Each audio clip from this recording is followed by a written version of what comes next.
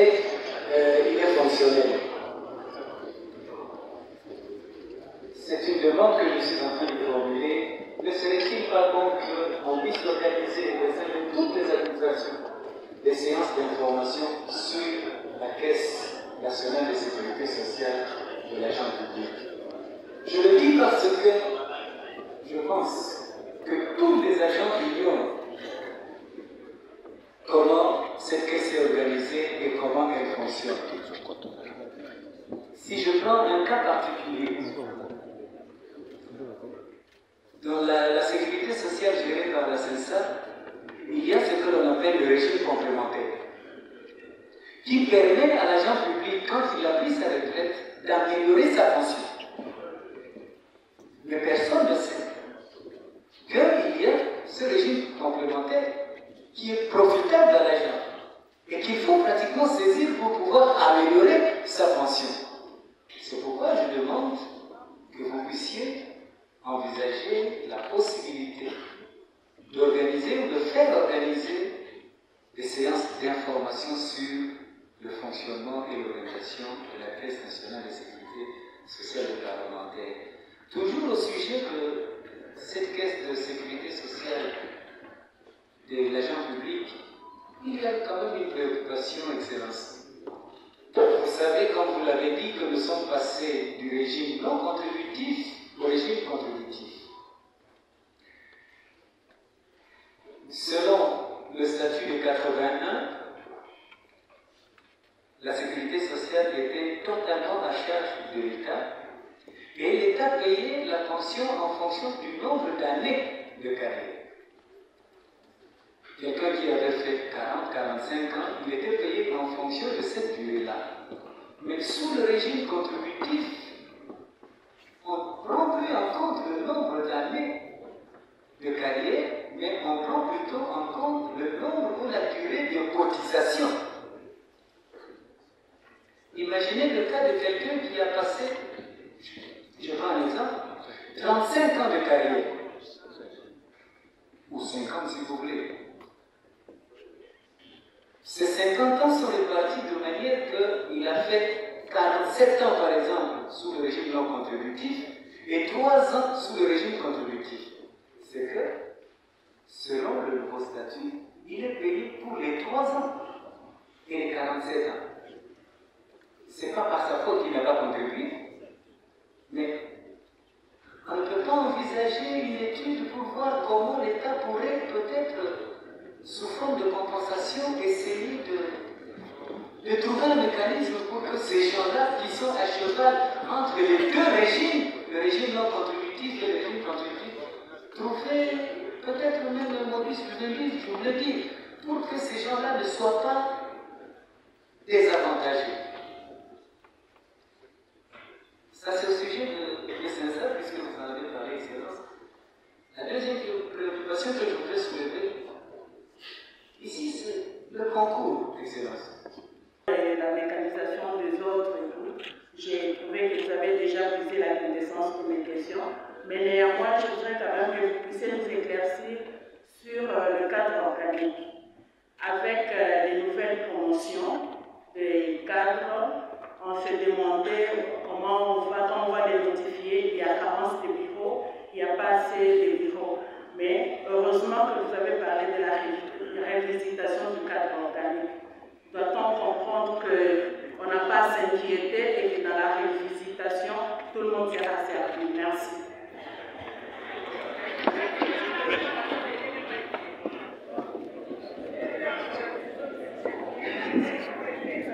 Nous avons reçu un nom du conseil coordonnateur. Nous donnons la parole après Madame Vicky, nous donnons la parole à un autre homme. Nous appelons. Vous pouvez vraiment aider.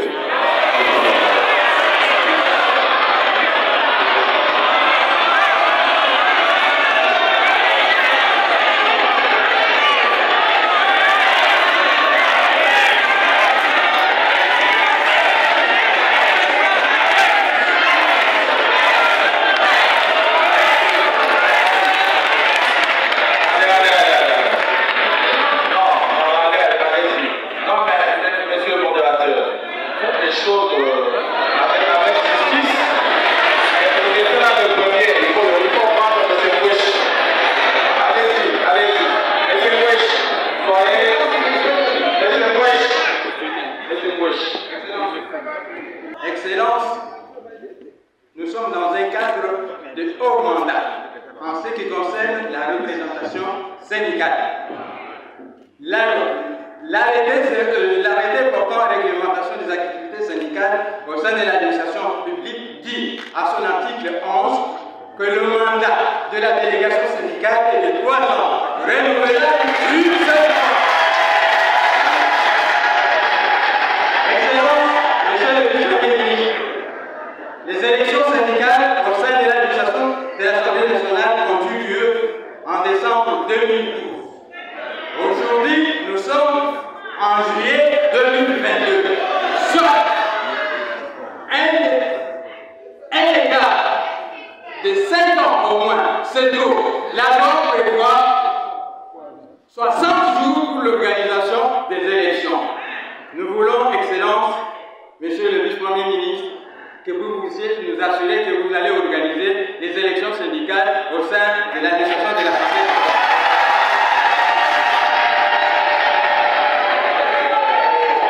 Excellence, Monsieur le Vice-Premier ministre, je voudrais partager avec vous les tenants et les aboutissants du délai réglementaire, du délai de recours administratif qui a été déposé dans un délai de 20 jours, dans un délai légal. La loi dit le recours a un délai de 3 mois. Je donne un cas précis. Il y a une sanction qui avait été prise le 5 avril et qui a pris fin le 4 juillet. Automatiquement, les agents qui étaient sanctionnés ont repris leur travail. Mais il se fait que aujourd'hui, nous sommes le 11 juillet, donc 6 jours après l'expiration du mandat, du délai dans lequel l'autorité devait répondre. En d'autres termes, cela veut dire que la décision devient nulle. Et puisque cette décision est devenue nulle, la décision disait l'Assemblée nationale, ma préoccupation est celle-ci. Vous avez parlé des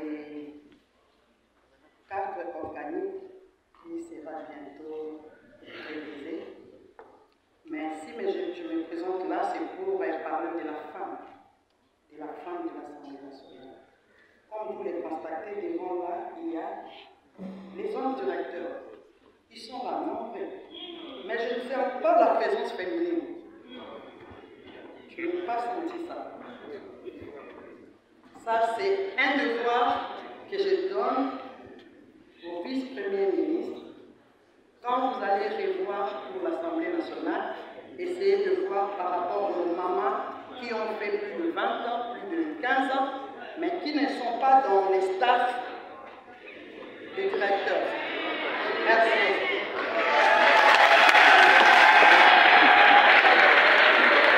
Ma question va au but concernant l'idée de notre école. Il a quand même vidé mon idée, mais je peux intervenir un peu seul. Concernant la CNT. La CNT. Il y a des gens ici, oui, sont entrés par le concours comme vous avez dit ici. Mais vous trouverez qu'il y a des gens qui font 17 ans, 20 ans, rien qu'un avancement de grâce. Et je pose la question pourquoi. Parce que la loi, l'ancienne loi, depuis Mobutu jusqu'à actuellement, prévoit que dans 3 ans, quelqu'un peut avoir un avancement de grâce.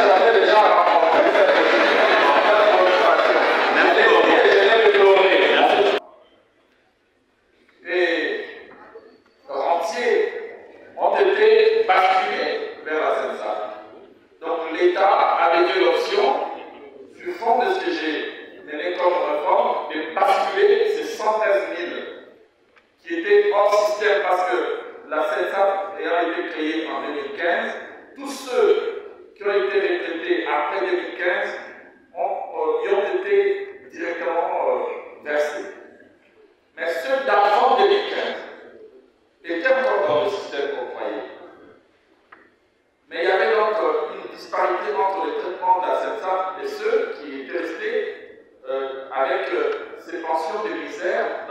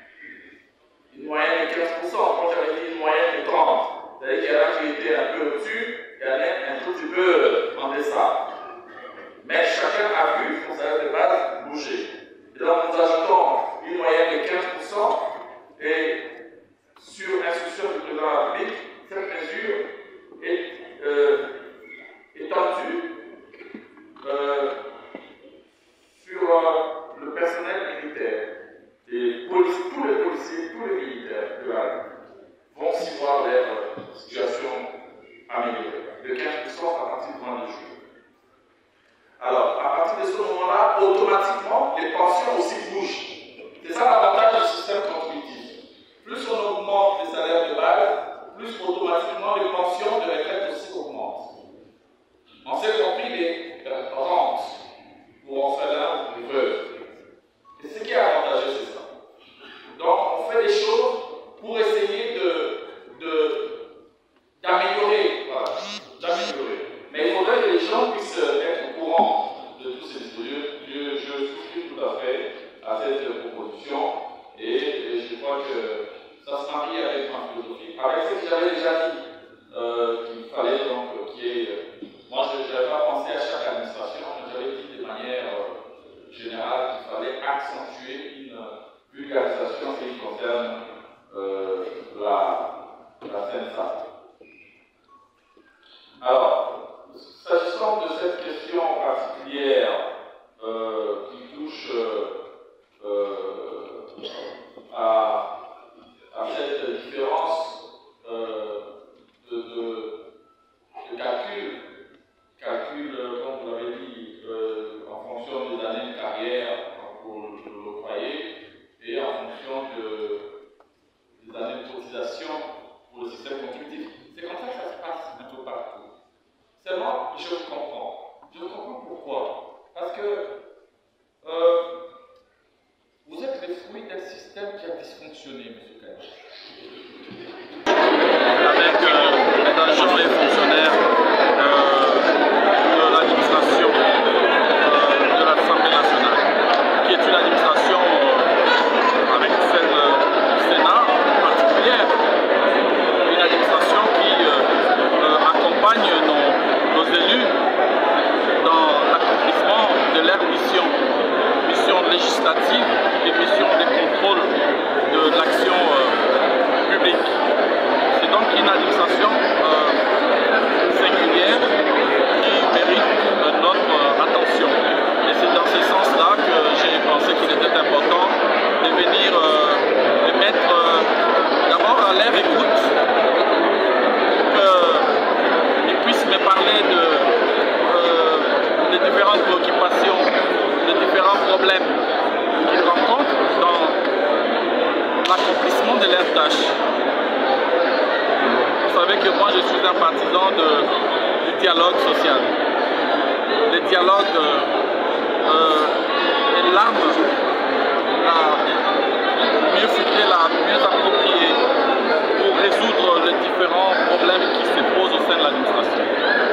Et c'est dans ce sens-là que j'ai lancé le concept de face à face avec les différents agents et fonctionnaires.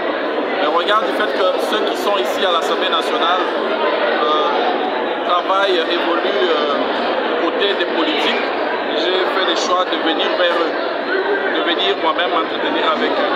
Donc il y a eu 2-3 rendez-vous qui avaient raté, aujourd'hui on l'a accompli. Et donc ils m'ont exprimé leurs préoccupations qui vont être examinées et rencontrées dans les jours qui viennent. Mais nous avons aussi échangé autour de certaines réformes clés qui sont actuellement en cours pour qu'eux aussi à leur niveau puissent nous aider à relever ces défis. C'est le défi de maîtriser les effectifs au sein de l'administration, c'est le défi de relancer la retraite, c'est le défi de rajeunir qualitativement notre administration publique, de mieux gérer les carrières de différents agents au sein de nos administrations, de dématérialiser l'administration publique, de rendre beaucoup plus efficace et améliorer les services ou la qualité du service public. Mais c'est aussi agir pour que chaque réforme qui allant dans le sens d'aider l'État à mieux se cadrer puisse être réussie. Et nous ne pouvons pas réussir sans la participation et l'accompagnement de chaque agent individuellement. Je l'ai toujours dit, il faut qu'on apprenne dans notre pays à regarder les fonctionnaires de l'État non pas comme des numéros matricules et la charge financière qui va avec, mais plutôt comme des ressources de l'État, des ressources humaines, des valeurs ajoutées, des acteurs du développement, des gens qui participent à développer notre pays, et c'est ce que nous faisons, et c'est ce que nous allons continuer à faire. Et je sors d'ici satisfait, parce que nous avons eu des échanges dans une ambiance cordiale et familiale, parce que vous savez que moi-même qui vous parle, je suis issu plutôt de cette Assemblée nationale. Hein. Je suis un peu comme un fils maison. Donc j'ai discuté avec des frères, avec des papas, des gens que je connais, et c'était plutôt bien.